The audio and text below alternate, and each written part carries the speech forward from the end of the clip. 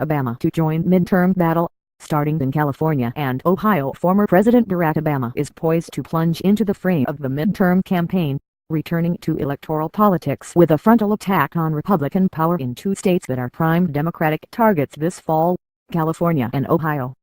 Having largely avoided campaign activities since leaving office, Mr. Obama's first public event of the midterm election will take place in Orange County, a traditionally conservative-leaning part of California where Republicans are at risk of losing several House seats. And Mr. Obama is expected to be joined by Democratic candidates from all 7 of California's Republican-held districts that Hillary Clinton carried in 2016.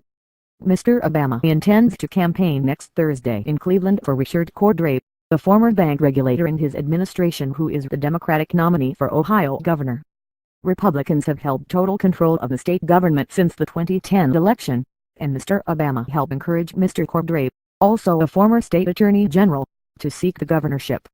The former president's return to public politicking comes at a momentous point in the 2018 election season, furnishing Democrats again with one of their most formidable and popular campaigners in the closing months. While Mr. Obama has addressed several fundraising events and issued a list of endorsements, he has otherwise confined his public appearances this year to loftier venues than the campaign trail. Katie Hill, a spokeswoman for Mr. Obama, said he would campaign aggressively to turn out voters in elections for the House and Senate, and also in local, down-ballot races to build the Democratic Party's bench. Ms. Hill said Mr. Obama would argue to voters that this moment in our country is too perilous for Democratic voters to sit out. Mr. Obama's upcoming campaign swing comes days after his oration for John McCain, the Arizona Republican, whose funeral last weekend became an occasion for scarcely veiled criticism of President Trump from elder statesmen of both parties. Mr. Obama is also delivering a speech in Illinois on Friday, at the University of Illinois at Urbana-Champaign, that is expected to include a pointed message about domestic politics. By proclaiming an explicitly partisan role, Mr. Obama could ignite a volcanic reaction from Mr. Trump, who is intensely sensitive to criticism and has made dismantling Mr. Obama's legacy an organizing goal. Since leaving office, Mr. Obama has avoided directly criticizing Mr. Trump in many cases, taking a posture of restraint that aides have described as denying Mr. Trump the chance to bury important policy debates beneath a personal feud.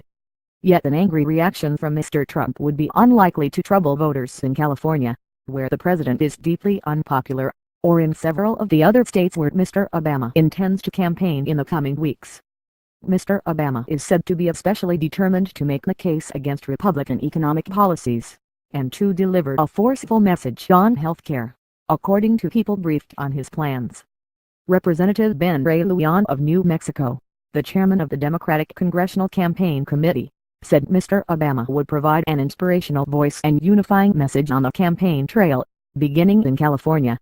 Democrats, who must pick up 23 Republican-held seats to capture the House, have made California the top priority and believe they can build a Democratic majority in part by defeating most of the vulnerable Republicans there. In addition to California and Ohio, Mr. Obama plans to campaign this month for Democrats in Illinois and Pennsylvania, 2 states he carried twice and which have critical contests for Congress and governor this fall, an advisor to the former president said. He will also hold a fundraising event in New York City for the National Democratic Redistricting Committee, a group led by his former Attorney General, Eric H. Holder, Jr., that is focused on unraveling gerrymandered congressional maps that heavily favor Republicans, including in Ohio. Mr. Obama's full schedule is still taking shape, and aides said he is figuring out how best to help a number of important Democrats, including groundbreaking African-American candidates for governor like Andrew Gillum in Florida and Stacey Abrams in Georgia.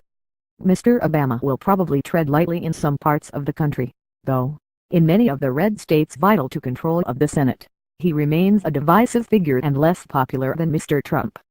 Mr. Obama's foray into the Midwest could be especially telling for him and other Democrats, as candidates like Mr. Cordray attempt to regain power for the party in states that Mr. Obama won repeatedly, but where Mr. Trump prevailed in 2016.